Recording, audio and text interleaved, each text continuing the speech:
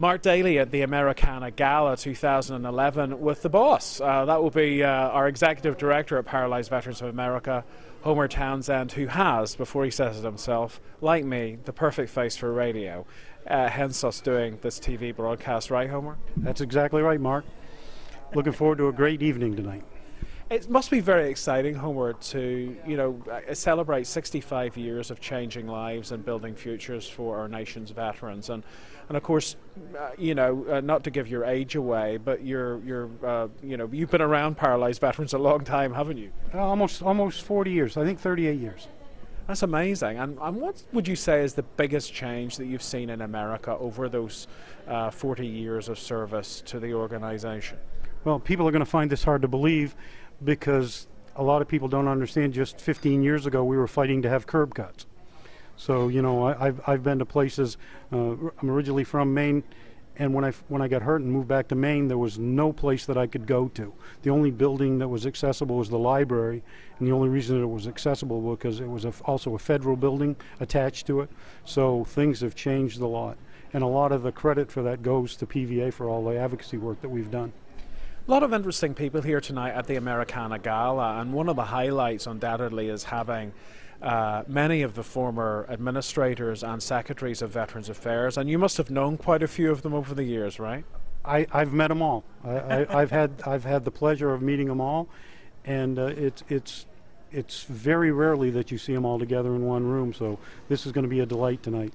Great photo opportunity. I'm sure some great memories as well, and people who aren't here anymore, like former Secretary Jesse Brown. Yes, Jesse is sadly missed. He was taken from us way too long. Incredible man. Did a lot for veterans. Worked for the DAV for a lot of years, and he's sadly missed.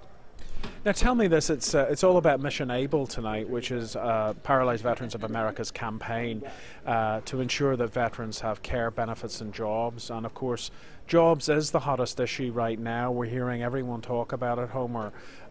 Tell us about your take on that. I know that we have Paralyzed Veterans, that is a program called Operation PAVE. Tell us a little bit about that, so if people are listening to this or watching this podcast and they're out of work and they're looking for a career, what can they do?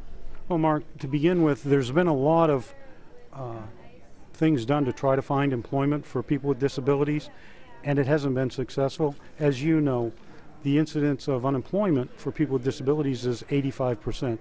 When you think about that, that means that everybody that's tried hasn't had the right formula to make it work. We believe we have.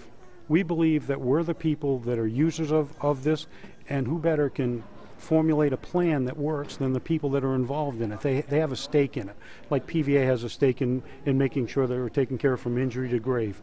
So we went out and got the corporate sponsors to help us with this, and our program's been largely successful, and the VA is even looking at modeling something along the lines of a job program on the way that we've done it using corporate dollars. So it must be successful.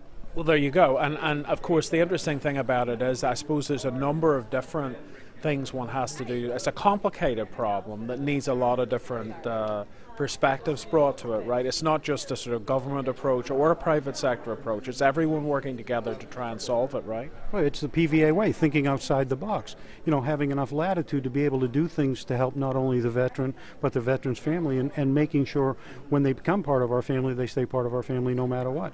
If they get a job and the job doesn't work out, we'll continue to find employment for them. That differs from any other person that's trying to help people find a job.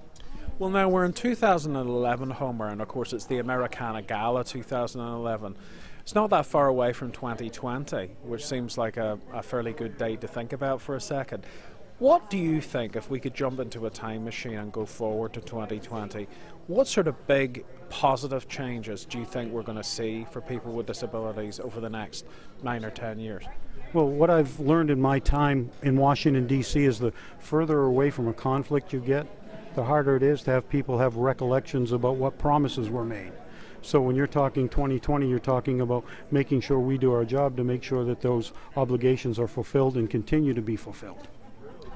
And on that note, how can I put it, a work person-like approach and a practical and pragmatic way of looking at things, and that is when you jump forward, you sometimes have to go back to the future. if you see what I mean. As you've heard me say, if you don't revisit the past, you're bound to relive it. So that's what PVA does quite often. Take a look at itself 10 or 15 years previously and make sure that we've done everything right, and if we haven't, we'll try to correct the things we've done wrong. That's what makes us successful. Homer Townsend, U.S. Marine Corps veteran. Super fun. So say hello to all the Marines out there. Homer, thanks very much indeed for your leadership. Thank you, Mark.